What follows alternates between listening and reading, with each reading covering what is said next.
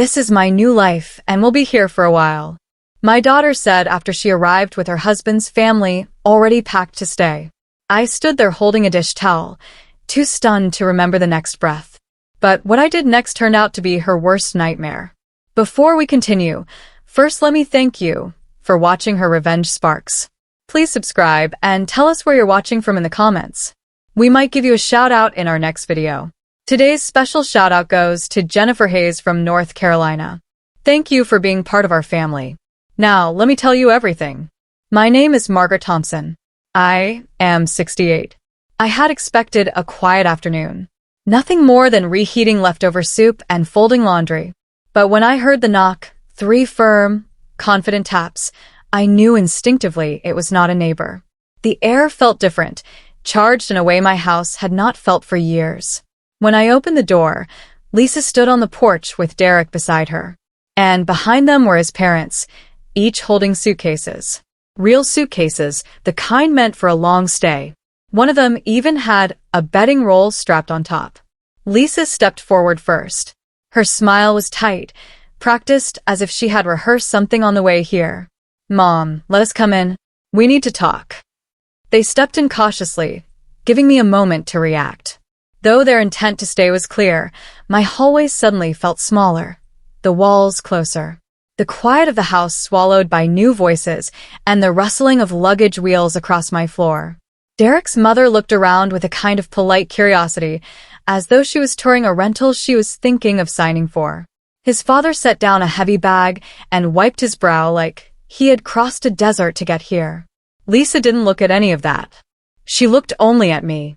"This is my new life," she said, her voice steady in a way that made my stomach tighten. "And they will live here now." For a moment, time didn't move. The words sat between us, heavy and final, as if she had spoken something irreversible. I took in her face, the determination, the strange hardness around her mouth. And I felt something inside me shift. This was not a request. It was a decision she believed she had the right to make. Behind her, Derek picked up a suitcase, as though expecting directions. His parents waited quietly, uncertain but hopeful. Lisa's eyes flicked toward the hallway, toward the bedroom she had grown up in.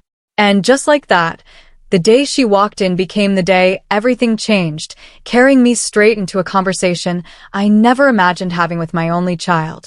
The confrontation. Lisa walked deeper into the living room as if reclaiming a space she had never owned. Derek stayed close behind her, his shoulders tense while his parents hovered near the doorway, unsure of where to place themselves. I closed the door slowly, letting the clicks settle into the silence. "Lisa," I said, my voice steadier than I felt. "What exactly is going on?" She turned, folding her arms. "I already told you this is my new life.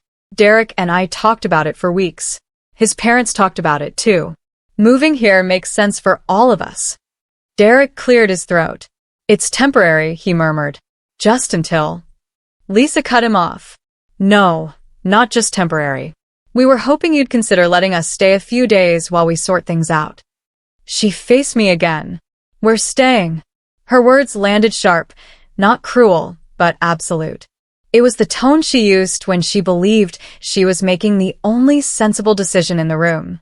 I stepped closer. "Lisa, you don't just arrive with for people and declare they live here." Her jaw tightened. "I'm your daughter. You raised me to survive.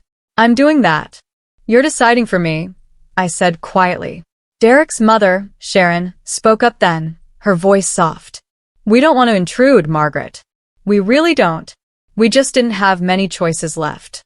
Lisa shot her a look meant to silence, but Sharon's words had already shifted something in the air. "What choices?" I asked. Derek shifted his weight like he wished he could disappear. "We needed a place to land," he said. "That's all." Lisa stepped closer to me. "Mom, please don't make this harder. We're already here. We've already talked it through." Her voice thinned, brittle at the edges. "I'm doing what's best for my family." I held her gaze. "But you didn't ask what was best for me." Her expression flickered. Annoyance, fear, something else beneath it. But she pushed forward, reaching for a suitcase. "We're staying," she repeated softer, but still final. And in that moment, I understood that she came here already certain I wouldn't stop her. The reality sets in. Lisa dragged one of the suitcases toward the hallway, moving with a confidence she hadn't earned. I stepped in front of her, blocking the path. "Lisa, stop," I said. "You can't just settle in without talking to me." She sighed like I was the unreasonable one. "Mom, you always helped me. You always understood. I'm asking for the same now." "It doesn't look like asking," I said quietly. Her expression tightened. "You know how hard things have been. You know what I've gone through." I did. I remembered all of it. I remembered her calls over the years. From rent troubles to medical bills. I helped whenever I could, believing it was temporary. The car repair that somehow turned into another repair a month later. The sudden job loss that lasted almost 2 years.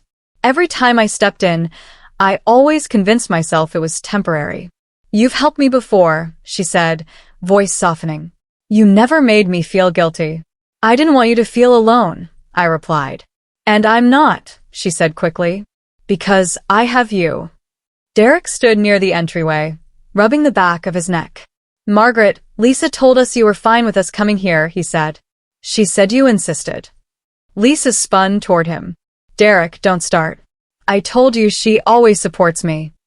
I stared at her. That isn't what support looks like. A flicker of panic crossed her face, but she smothered it fast. "Mom, please. I'm exhausted. We're exhausted.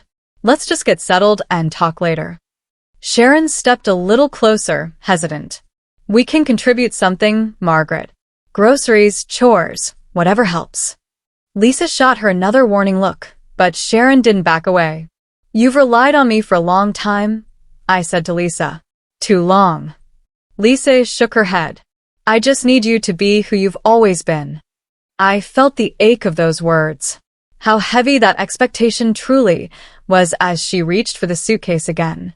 The invasion. By evening, the rhythm of my home already felt unfamiliar. Sharon moved through the kitchen like she had a silent checklist, opening drawers, shifting plates, setting aside spices she didn't like. "Your pans are a little worn, Margaret," she said gently. "I thought I'd help organize while you rested." "They work fine," I replied. She smiled, but her hands kept rearranging.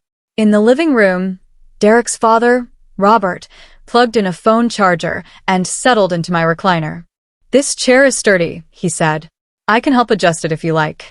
"It doesn't need tightening," I said. He nodded as if he hadn't heard me. Lisa entered then, carrying a stack of folded towels she'd taken from my linen closet. "Mom, we're putting these in the guest room. Derek's parents need space." "You didn't ask," I said.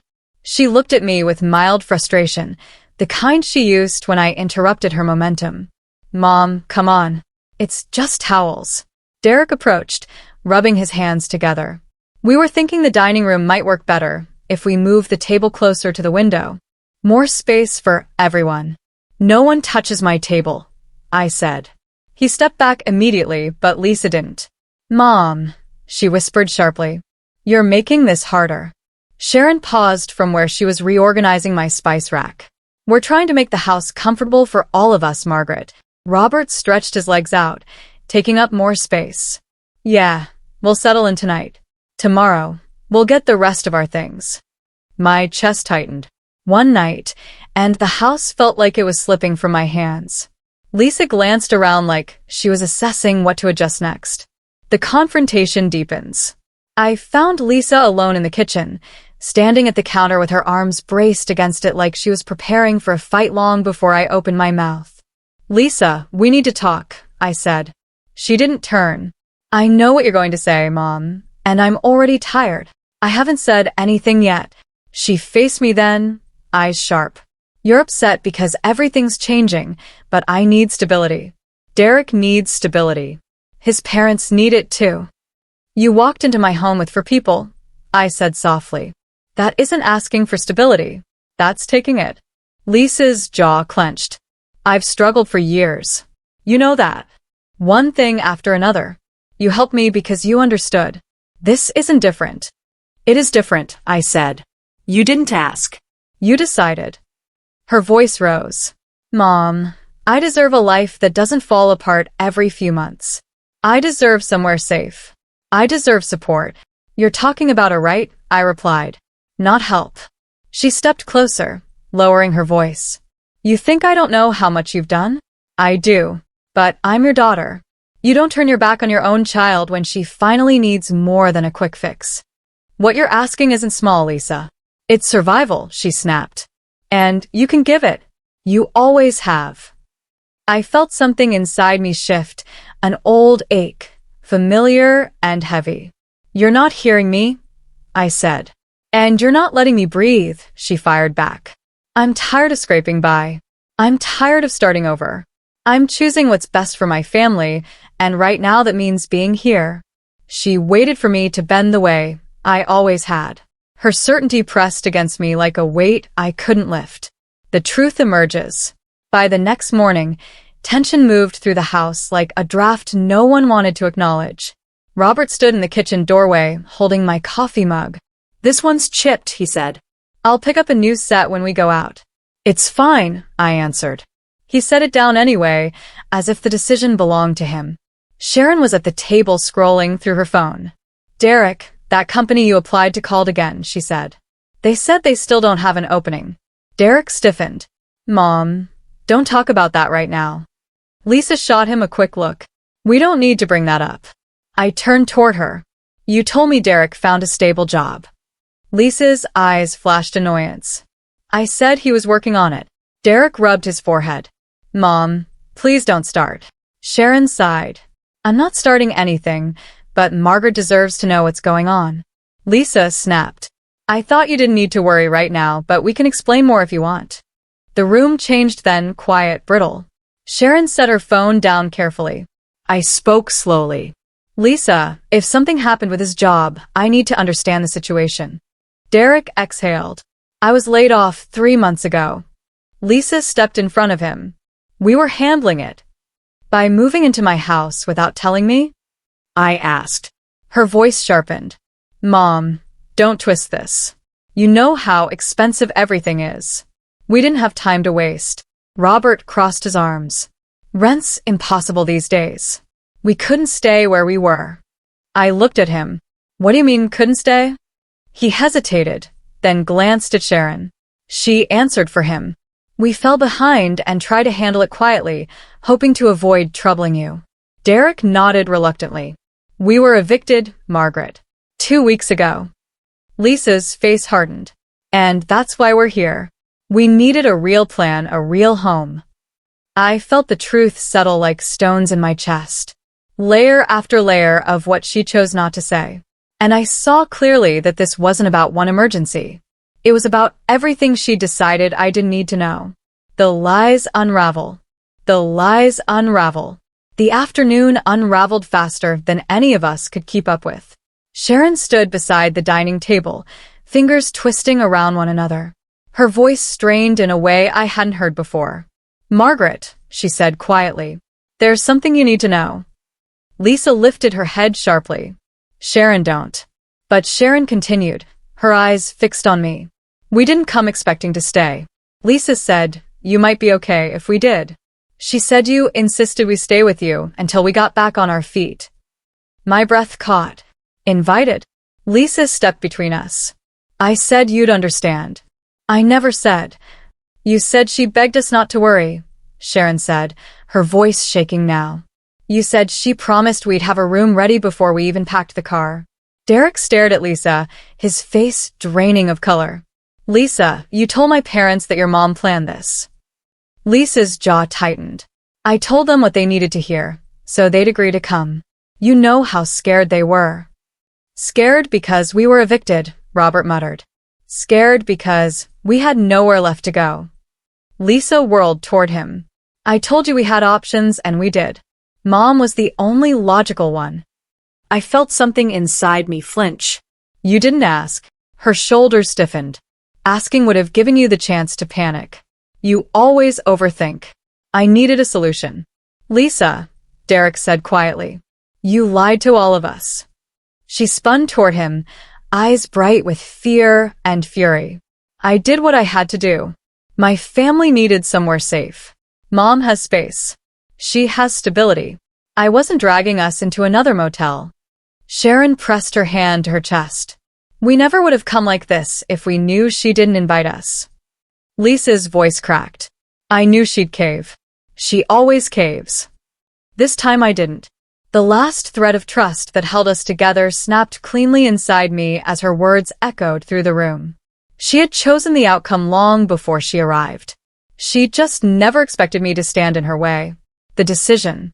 Lisa stood frozen in the middle of the dining room, breathing hard, eyes sharp with the kind of panic that comes when a plan stops working.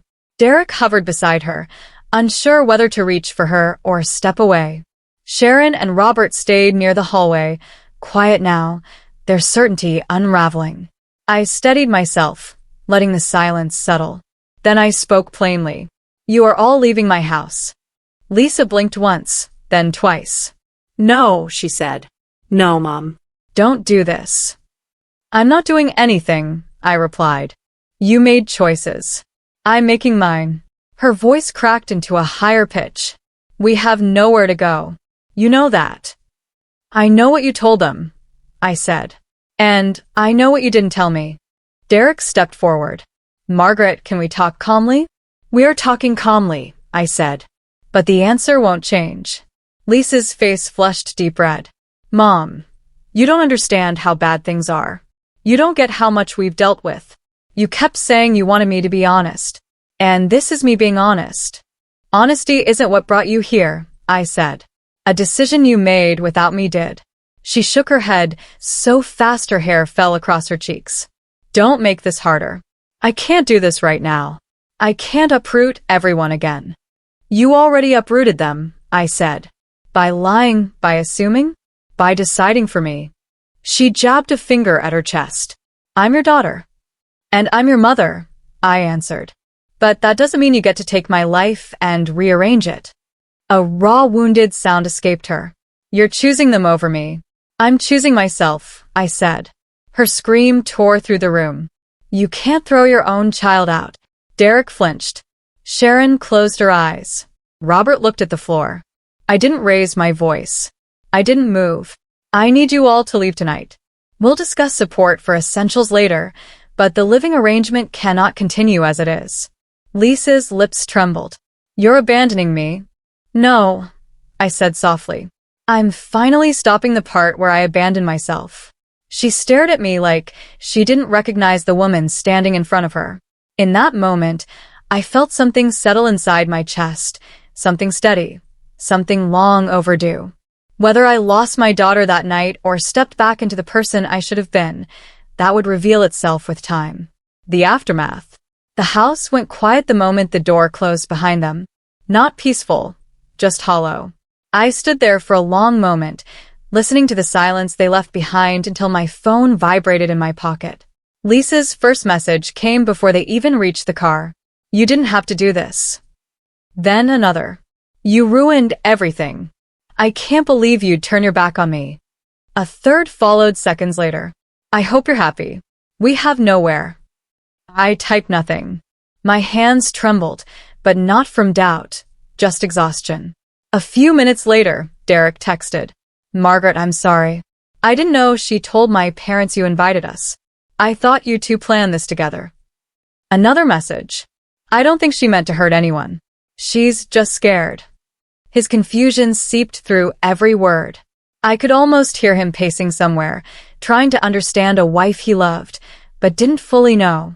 Then Sharon's message appeared. Please forgive us. We thought we were coming to a safe place, not taking one. If we'd known, we never would have arrived like that. I'm sorry for the stress we caused. I read her words twice. Kindness, even in the middle of a mess that wasn't hers to carry. Another burst from Lisa lit the screen. You chose strangers over your own daughter. I feel abandoned. Please don't contact me for now. Each message struck in a different direction. Anger, blame, desperation. But all of them came from the same place. The moment she realized I wouldn't bend for her anymore. I set the phone down, letting it buzz against the table until the sound faded into the quiet. The house was still hollow, but something in me felt painfully, undeniably clear. I hadn't lost a daughter I never stopped loving, but I had finally stepped out of the shape she kept trying to force me into. The healing. The days after they left felt strange, like the house was inhaling after being held too tightly. I moved slowly through each room, touching the edges of chairs, counters, door frames, relearning what it felt like to have my own rhythm again. One morning, while trimming the lavender in my garden, my neighbor Carol leaned over the fence. "Haven't seen your daughter around," she said gently. "She's taking space," I answered. "I'm taking some, too." Carol nodded. "About time you did." Over the next few weeks, I began joining a small community group at the library. Women my age, some older, learning slowly how to reclaim pieces of ourselves we'd handed away too easily. During one meeting, I admitted, "I don't know how to stop fixing things that aren't mine." The therapist smiled kindly. "You just did." A week later, Lisa sent one more message. Not an apology, just a short update about where they were staying. I read it twice, then replied with a simple, "I hope you're safe." I didn't offer money. I didn't offer solutions. I didn't offer my home. It was the first time I loved her, without losing myself in the process. In the evenings, I sat on the porch with a cup of tea, letting the quiet settle in the way it never could before. The house felt like mine again. And so did I.